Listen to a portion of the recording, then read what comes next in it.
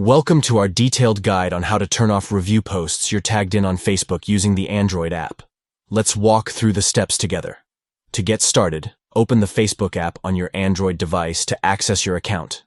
Navigate to your profile by tapping on your profile picture displayed on the screen. Next, tap on the three dots icon located on your profile page to reveal additional options. Select Review Posts and Tags from the Options menu to access the review feature. Beside Review Posts and Tags, tap on Settings to customize your review settings.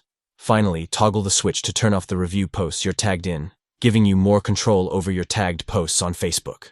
By following these steps, you can adjust your review settings to better suit your preferences and streamline your Facebook experience. Thank you for watching. We hope this guide has been helpful in demonstrating how to turn off review posts you're tagged in on Facebook using the Android app.